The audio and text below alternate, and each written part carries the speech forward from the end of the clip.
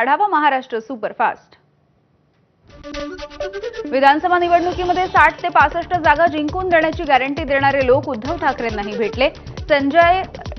शरद पवार यांच्यानंतर खासदार संजय राऊत यांनी सुद्धा दावा केला। सत्ताधारी लोक ईव्हीएम मधून निवडणुका जिंकत आहेत असा भेटणाऱ्यांनी दावा केल्याचा संजय राऊतांची माहिती आहे। ठाकरेंच्या शिवसेनेचं उद्या वादग्रस्त मंत्री, भ्रष्टाचार आणि हनी ट्रॅप सारख्या मुद्द्यांवरती मुंबईमध्ये आंदोलन। ठाकरेंच्या शिवसेनेकडून आंदोलनाचा टीजर सुद्धा जारी। उद्धव ठाकरे सुद्धा या आंदोलनामध्ये सहभागी होणार आहेत। उद्या निवडणूक आयोगाच्या विरोधामध्ये इंडिया आघाडीचं आंदोलन। निवडणूक आयोग आणि भाजपनं मतांची चोरी केल्याच्या राहुल गांधी यांच्या आरोपांच्या नंतर विरोधकांचं एकत्रित आंदोलन। कितीही समोर येऊ द्या त्यांना एकटा बास, ठाकरेंच्या शिवसेनेच्या भास्कर जाधव यांचं स्टेटस पुन्हा एकदा चर्चेत। गुहागर मतदारसंघामधील ब्राह्मण सहाय्यक संघासोबत पेटलेल्या वादाच्या नंतर भास्कर जाधव यांची बोलकी प्रतिक्रिया। पंतप्रधान नरेंद्र मोदींनी दाखवला नागपूर ते पुणे वंदे भारत एक्सप्रेसला ऑनलाईन पद्धतीने हिरवा झेंडा। नागपूर ते पुणे वंदे भारत 14 ऑगस्टपासून नियमितपणे सुरू होणार आहे। तिकिटाची किंमत 1,500 ते 3,000 रुपये असण्याची शक्यता आहे। नागपूर ते पुणे वंदे भारत एक्सप्रेसच्या शुभारंभाच्या वेळेला देवेंद्र फडणवीस आणि गडकरी यांची सुद्धा नागपूर स्थानकांवरती उपस्थिती। वंदे भारतमुळे नागपूर ते पुणे हा प्रवास आता 12 तासांवर। उपराजधानी नागपूरच्या अजनी रेल्वे स्थानकावरून सांस्कृतिक राजधानी पुणेच्या दरम्यान धावणारी वंदे भारत ही 881 किलोमीटरचं अंतर कापणार। सर्वात लांब पल्ल्याचा प्रवास करणारी ही देशामधली पहिलीच वंदे भारत ठरणार आहे। पंतप्रधान मोदींनी बंगळुरू बेळगाव वंदे भारतला प्रत्यक्ष उपस्थित राहून हिरवा झेंडा दाखवला। तर वंदे भारतमधून प्रवास करणाऱ्या मुलांसोबत मोदींचा संवाद। वाळू माफियांच्या विरोधामध्ये महसूल मंत्री चंद्रशेखर बावनकुळे आक्रमक झाले। अवैध वाळू वाहतूक आणि उत्खनन करणाऱ्या एमपीडीए लावण्याचे बावनकुळेंनी निर्देश दिलेत। वाळू तस्करी न थांबल्यास जिल्हाधिकारी आणि पोलीस अधीक्षक जबाबदार असणार असंही वक्तव्य। सीबीएसईचा मोठा निर्णय, 9वीसाठी ओपन बुक एक्झाम। परीक्षेच्या वेळेला विद्यार्थ्यांना पुस्तकं सोबत ठेवता येतील। परीक्षेचा ताण कमी करून संकल्पनांच्या स्पष्टीकरणावरती भर दिला जाईल। मुंबईतील दादरच्या कबूतरखान्याच्या परिसरामधल्या बंदोबस्तामध्ये अचानकपणे वाढ। स्थानिक पोलिसांसह दंगल नियंत्रण पथक देखील तैनात। यापूर्वी कबूतरखाने बंद करण्याच्या विरोधात केलं होतं आंदोलन। कबुतरांना दाणे टाकणाऱ्यांकडून 68,700 रुपयांचा दंड वसूल झालाय। मुंबई महानगरपालिका परिसरामधील 44 कबूतरखाना परिसरामध्ये 13 जुलैपासून 3 ऑगस्टच्या दरम्यान कारवाई। 142 जणांवरती गुन्हा दाखल। गिरगावमधील कबूतरखान्यांवरच्या पक्ष्यांच्या संख्येमध्ये वाढ झाली आहे। कोर्टाकडून मुंबईमधल्या कबूतरखान्याच्या संदर्भामध्ये बंदीचे निर्देश। दरम्यान मुंबई पालिका गिरगाव चौपाटीवरील कबूतरखान्यांच्या संदर्भात काय पावलं उचलणार याकडे लक्ष। कल्याण डोंबिवलीमध्ये 15 ऑगस्टला कत्तलखाने आणि मांस विक्रीवरती बंदी। स्वातंत्र्य दिनाचं औचित्य साधून 14 ऑगस्ट रात्री 12 वाजल्यापासून 15 ऑगस्टच्या रात्री 12 वाजेपर्यंत महानगरपालिकेकडून मांस विक्रीची दुकानं बंद ठेवण्याचे आदेश। लोकांनी कुठल्या दिवशी काय खायचं हे ठरवणारे तुम्ही कोण? कल्याण डोंबिवली महानगरपालिकेकडून 15 ऑगस्टला मांस विक्री बंद ठेवण्याच्या निर्णयावरती जितेंद्र आव्हाड यांचा सवाल। नागरिकांचे जीव धोक्यात घालून रिक्षा चालकानं रील बनवली आहे। नवी मुंबईच्या तुर्भे एमआयडीसी पोलिसांमध्ये तक्रार। गुन्हा दाखल झाल्याच्या नंतर आरोपींनी माफी मागितली। सांगलीमध्ये खासदार विशाल पाटील यांना भाजपचा धक्का। विशाल पाटील यांचे खंदे समर्थक माजी नगरसेवक मनोज सरगर भाजपमध्ये पक्षप्रवेश करणार आहेत। उद्या रवींद्र चव्हाण यांच्या उपस्थितीमध्ये हा पक्षप्रवेश होईल। बारामतीमध्ये अजित पवार यांचा जनता दरबार। बारामती शहरामधल्या सहयोग सोसायटीमधील अजित पवार यांच्या निवासस्थानी आयोजित जनता दरबाराला लोकांची मोठी गर्दी।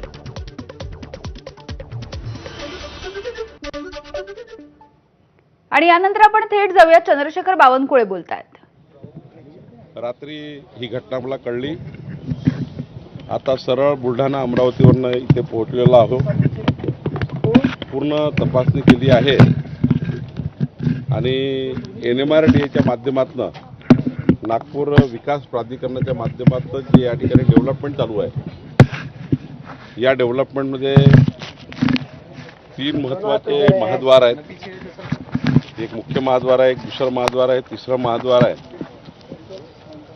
151 फूट आपण बघितलं असाल की हनुमान मूर्तीचे बांधकाम सुरू आहे। तर या ठिकाणी फक्त हे तपासावं लागणार आहे की NMRDAने जे बांधकाम केलं आहे किंवा जे काही स्लॅब टाकताना कुठल्या सेंटरिंग, त्यांनी सांगितलं मला की सेंटरिंगमध्ये काहीतरी वेळेवर प्रॉब्लेम झाला त्यामुळे बीम पडले. तर मला वाटतं याची चौकशी केली पाहिजे. मी स्वतः चौकशीची मागणी केली आहे आणि चौकशी करायला लागली आहे. VRCच्या माध्यमातून, VNITच्या माध्यमातून आणि कुठं नेमका प्रॉब्लेम झाला आहे. आणि इथली प्रोजेक्ट मॅनेजमेंट कन्सल्टन्सी आहे पुणेची, ती PMCची जबाबदारी आहे. आमचे NMRDAचे अधिकारी या ठिकाणी असतात. कॉन्ट्रॅक्टर जो आहे तो या ठिकाणी ज्यांनी काम घेतलं आहे हे सर्व यांची चौकशी केली गेली पाहिजे. याची दखल मी घेतली आहे. चौकशींचे जे काही रिपोर्ट येतील उच्चस्तरीय चौकशी केली पाहिजे असे मी या ठिकाणी सांगितलं आहे. आणि पुढचे जे बांधकाम आहे ते सुद्धा त्या ठिकाणी चांगल्या क्वालिटीनी, म्हणजे VNITनेच, बाकी शेवटी या सर्व कामाला VNITचं अप्रुव्हल असतं. हे जे बांधकाम पूर्ण होऊन VNITचं अप्रुव्हल यांनी घेतलं का किंवा कॉलम बीम करताना VNITचं अप्रुव्हल घेतलं का हे तपासावं लागेल. तर निश्चितपणे याची चौकशी करू. चौकशीनंतर जो काही रिपोर्ट येईल त्यावर पुढची कारवाई करू. सर, झालेल्या अपघातामध्ये जे लोक त्यांना घायल झाले किंवा जीवहानी झाली काय काही? एक चांगलं झालं की आई महालक्ष्मीच्या कृपेने कुठलीही जीवहानी झाली नाही. 8 जे त्या ठिकाणी जखमी आहेत त्यांना आता सुट्टी झाली आहे. 5 लोकांना अलेक्सिस आणि मॅक्समध्ये ॲडमिट आहे. एकांना थोडी ब्रेन इंजुरी आहे. बाकी तर जवळपास सर्व स्टेबल आहे असं मी आता विचारलेलं आहे. कोणतीच जीवहानी झाली नाही. सर्वांचेच प्राण वाचलेले आहे आईच्या कृपेने. पण खऱ्या अर्थाने अशी दुर्घटना होणे हे काही योग्य नाही आहे. याची चौकशी आम्ही करणार आहोत. आपण चौकशी करणार आहे, पण त्याच्यासाठी अशी काही कालमर्यादा ठरवून देणार की किती दिवसात चौकशी करा आणि काय कसं पुढचं काय? त्याच्यामध्ये VNITची चौकशी केली पाहिजे. अजून काही कुठल्या चौकशी करावं लागतील, कारण अधिकारी NMRDA, काही कोराडी महालक्ष्मी संस्थांचं काम नाही आहे. हे NMRDA सरकारच्या माध्यमातून आपण NMRDAला हे काम दिलं आहे. त्यानंतर VNIT याच्यावर देखरेख ठेवतं. त्यानंतर प्रोजेक्ट मॅनेजमेंट कन्सल्टन्सी आहे ती देखरेख ठेवतं. 3 देखरेख ठेवतो, 3 विभाग. आणि त्यानंतर मग कॉन्ट्रॅक्टर काम करतं. आर्किटेक्ट डिझाईन फायनल करतात, इंजिनिअरिंग फायनल होतं. इतकं मोठं डिझाईन करतात. बघितलं तसं मोठे गेटचं काम चालू आहे. हायवेला सुरू आहे. 2 गेटचं काम चालू आहे. नेमका इथेच हा का पडला, काय तिथे टेक्निकल चूक झाली आहे हे जरा एकदा चेक करून मग त्याचा निर्णय. पण चौकशी महिन्याभरात केली पाहिजे आणि महिन्याभरात त्याचा रिपोर्ट मागू. प्रथम दर्शनी काही सिमेंट आणि लोखंड यामध्ये दिसून पडतं. तुम्हाला त्याची चौकशी आणि ती निकृष्ट आहे की चांगला आहे की वाईट आहे हे नंतर ठरवता येईल. आपल्याला चौकशी याची केली गेली पाहिजे का, तर केली गेली पाहिजे. कारण 3 गेटचं काम चालू आहे. 2 गेट त्यांनी व्यवस्थित कास्ट केले आहे.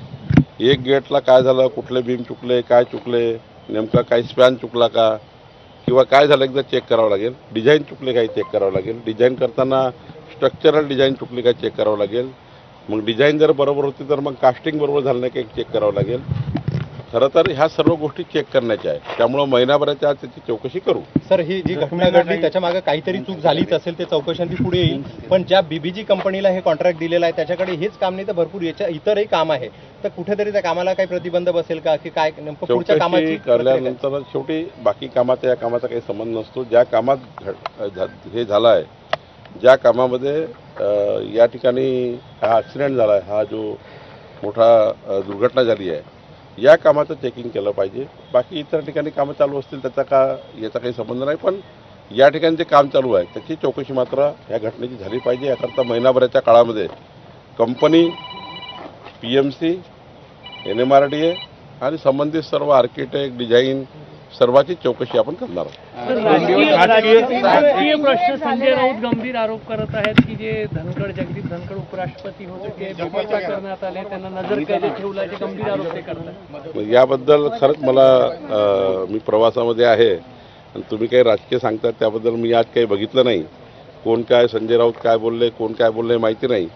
मी सरळ बुलढाण्यावरनं अमरावती, अकोला करत शेगाववरनं इकडं आलो आहे त्यामुळे एकदा काय आरोप केलाय कोणी तपासून बघतो आणि मग बोलतो. डोंबिवली महानगरपालिकेचे आयुक्त आहेत, त्यांनी एक आदेश काढला मास्क विक्री करून 15 ऑगस्टच्या दिवशी 15 मास्क ऑगस्टच्या विक्री करू नये. दिवशी. त्याचा विरोध त्यावरून करतायत. आदित्य ठाकरेंनी विरोध दर्शवलेला आहे. हे कोण होतात रोखणारे? स्वातंत्र्य दिनी लोकांचं स्वातंत्र्य हिरावलं जातं बा अशा पद्धती टीका केली. नाही, मला का त्यांनी आदेश काढला, कुठल्या आदेशाने काढला, कुठल्या अधिकारात काढला, कल्याण डोंबिवली कमिशनरनी असा आदेश शेवटी कुठल्या कोड असतं, शेवटी महानगरपालिका चालवताना नियम कायदे बघतो आपण. कुठल्या नियमांनी काढला, कोणी त्यांना निवेदन दिलं असं करायला, हे वगैरे चेक करावं लागेल. कल्याण डोंबिवली काय झालं एकदा मला चेक करावं लागेल. त्यांना काही आपण मदत देणार आहे का? शासकीय मदत काय देणार आहोत का किंवा काय? जखमीचा मी तेच सांगतो, मी आत्ता सरळ पोहोचलो आहे. मी काल बुलढाण्याला होतो, मग अकोला आणि अमरावतीवरून सरळ या ठिकाणी आलो आहे. आता मी त्या ठिकाणी जे काही जखमी आहे त्यांना मदत झाली पाहिजे. जे डिस्चार्ज झाले आहेत त्यांनाही पुढच्या काळात त्यांची घरची परिस्थिती. आणि यानंतर उर्वरित बातम्यांचा वेगवान आढावा.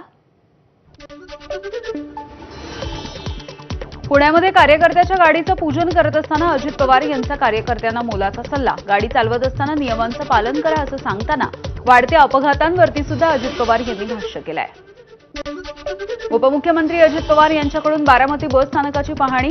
सुरू असणारी सर्व कामं दर्जात्मक करण्याच्या अजित पवार यांच्या अधिकाऱ्यांना सूचना. पुण्यामध्ये धावत्या कारवरती प्रेमी युगुलाचे चाळे. कारच्या रूफटॉपवरती बसून भर रस्त्यामध्ये रोमांस. पुण्याच्या खराडी भागामधली घटना. व्हिडिओ सोशल मीडियावर व्हायरल. सोलापूरमधील शरणू हांडे अपहरणाच्या प्रकरणामधील 7व्या आरोपीला अटक झाली आहे. समर्थ भैरी असं अटक झालेल्या आरोपीचं नाव आहे. यापूर्वी अटक केलेल्या 7 आरोपींना 12 ऑगस्टपर्यंत पोलीस कोठडी. पुण्यामध्ये मद्यधुंद तरुणाचे 2 वेळा टॉवरवरती चढून आंदोलन. नागरिकांची करमणूक, मात्र पोलिसांची दमछाक. गायरान जागेमध्ये राहत असल्यामुळे जागा नावावर करून देण्याची केली मागणी. पुण्यामध्ये सासरच्या छळाला कंटाळून विवाहितेची गळफास घेऊन आत्महत्या. आंबेगाव पठार परिसरामधली घटना. सासरच्यांनी 20 लाखांची मागणी केल्याचा मुलीच्या कुटुंबियांचा आरोप आहे. सासरच्या 7 जणांवरती गुन्हा दाखल. सोलापूरचं उजनी धरण 100% भरलं. आतापर्यंत 62 टीएमसी पाणी भीमा नदीमध्ये सोडलं, तर धरणामध्ये सध्या 118 टीएमसी पाणीसाठा. शेतकऱ्यांच्या पाण्याची चिंता मिटली आहे. पुण्यामधल्या खडकवासला धरणाच्या साखळीमध्ये पावसाचा जोर काहीसा ओसरला. खडकवासला धरणामधून मुठा उजवा कालवा मार्गे 750 क्युसेकनं पाण्याचा विसर्ग. सातारा जिल्हाधिकारी संतोष पाटील यांची वाईमधल्या अतिदुर्गम जोर गावाला त्यांनी भेट दिली आहे. विविध योजनांच्या दाखल्यांचं वाटप करून आदिवासी लोकांच्या नृत्यामध्ये सुद्धा ते सहभागी झाले. करवीर निवासिनी अंबाबाईचं मंदिर 2 दिवस बंद राहील. देवीच्या मूळ मूर्तीवरील संवर्धनाच्या प्रक्रियेसाठी हे दर्शन बंद राहणार आहे. अंबाबाईच्या उत्सव मूर्तीचं दर्शन घेता येईल. जळगावच्या धरणगाव पोलिसांनी रात्री थरारक कारवाई केली. 40 किलो गांजा जप्त केला. चोपड्याकडून जळगावकडे जात असताना नाकाबंदीच्या दरम्यान पोलिसांनी संशयित कारचा पाठलाग केला. 10 लाख रुपयांचा मुद्देमाल जप्त. नाशिकच्या दिंडोरीमध्ये बिबट्याच्या हल्ल्यामध्ये 65 वर्षाच्या महिलेचा मृत्यू झालाय. बिबट्याच्या हल्ल्यामध्ये आतापर्यंत 4 बळी गेल्यामुळे संतप्त नागरिकांचा मृतदेहासह वनविभागाच्या कार्यालयासमोर रास्ता रोको. लेखी आश्वासनानंतर आंदोलन मागे. धुळ्याच्या शिरपूरमधील बबळास गावामध्ये रस्त्यावरती धावत असलेल्या जनावरांना वाचवत असताना ट्रकचा अपघात झाला. सुदैवाने जीवितहानी नाही. ट्रकमधल्या मालाचं नुकसान झालंय. वन्यजीव संरक्षण कायद्याच्या अंतर्गत दाखल गुन्ह्यामध्ये सतीश भोसले उर्फ खोक्याला जामीन मंजूर. इतर प्रकरणामध्ये गुन्हा दाखल असल्यामुळे खोक्या भोसलेचा मुक्काम तुरुंगातच. धाराशिवच्या येरमाळा येडेश्वरी देवीची नारळी पौर्णिमा यात्रा उत्साहामध्ये संपन्न. यात्रेमध्ये पारंपरिक दहीहंडी फोडण्याचा सुद्धा कार्यक्रम. हिंगोलीच्या कळमनुरी शहरामध्ये स्मशानभूमीकडे जायला रस्ताच नाहीये. ओढ्याच्या पाण्यामधून अंत्ययात्रा काढावी लागली. नागरिकांकडून ओढ्यावरचा पूल बांधण्याची मागणी. महसूल मंत्री चंद्रशेखर बावनकुळे बुलढाणा जिल्ह्याच्या दौऱ्यावर. शेगावमध्ये जाऊन संत गजानन महाराजांच्या समाधीस्थळाचं दर्शन घेतलं. भाजप पदाधिकारी आणि कार्यकर्त्यांची उपस्थिती. भंडाऱ्यात शेतामध्ये काम करताना वीज कोसळल्यामुळे महिलेची दृष्टी गेली आहे. मोहाडीमधल्या खैरलांजी गावातली घटना आहे. रुग्णालयामध्ये उपचार सुरू. भंडारा दुहेरी हत्याकांडाच्या प्रकरणी 4 ताब्यात. आरोपींमध्ये भंडाऱ्यामधल्या 2 भावांसह नागपूरच्या 2 जणांचा समावेश आहे. जुन्या वादामधून या 2 जणांची निर्घृण हत्या करण्यात आली. अकोल्यामधल्या शासकीय रुग्णालयामध्ये रुग्णांसाठी पार्सल आणलेल्या पोह्यामध्ये मेलेली पाल आढळल्याचा धक्कादायक प्रकार. पोहे खाल्ल्याच्या नंतर रुग्णाला मळमळ आणि उलटीचा त्रास झालाय. अग्रवाल रेस्टॉरंटमधून पोहे आणल्याचा दावा. गडचिरोलीच्या सिरोंचा मधील टेकडा बोरमपल्ली नाक्यावरती पुलाच्या अभावी नागरिकांचा जीवघेणा प्रवास सुरू आहे. 6 गावांमधल्या नागरिकांना पावसाळ्यामध्ये कंबलपेटा मार्गे तब्बल 10 किलोमीटरचा प्रवास करावा लागतो. बुलडाण्याच्या सिंदखेड राजा तालुक्यामधील 5ही मंडळांमध्ये अतिवृष्टी सदृश पावसामुळे शेतीला तळ्याचं स्वरूप आलंय. कपाशी, सोयाबीन, उडीद आणि मुगासह इतर पिकांचं मोठं नुकसान झालं. बुलडाण्याच्या सिंदखेड राजा, चिखली, देऊळगाव राजा तालुक्यामध्ये काल मुसळधार पाऊस. पुरामुळे नदीकाठावरची शेती पिकांसह खरडून गेली आहे. अनेक गावांमध्ये पावसाचं पाणी हे घरामध्ये शिरल्यामुळे मोठं नुकसान झालंय. गौरी गणपतीच्या काळामध्ये मुंबई गोवा मार्गावरच्या वाहतुकीसाठी नवीन नियमावली. अवजड वाहन चालकांना वेगमर्यादा पाळावी लागेल. वाहतूक सुरळीत सुरू राहण्यासाठी नियमावलीवरती शिक्कामोर्तब. विश्वास नांगरे पाटील सहपरिवार किल्ले रायगडावरती. युनेस्कोच्या जागतिक वारसा स्थळामध्ये किल्ले रायगडाची निवड झाल्याच्या नंतर नांगरे पाटील हे रायगडाला जाऊन त्यांनी कुटुंबियांसह भेट दिली आहे. सिंधुदुर्गाच्या दोडा मार्गामधल्या तिलारी खोऱ्यामध्ये जंगली हत्तींचा वावर सुरू आहे. शेतकऱ्यांकडून हत्ती हटावो ही मोहीम राबवण्याची मागणी, तर हत्तीला वनतारामध्ये पाठवण्यात येईल, नितेश राणे यांचं आश्वासन.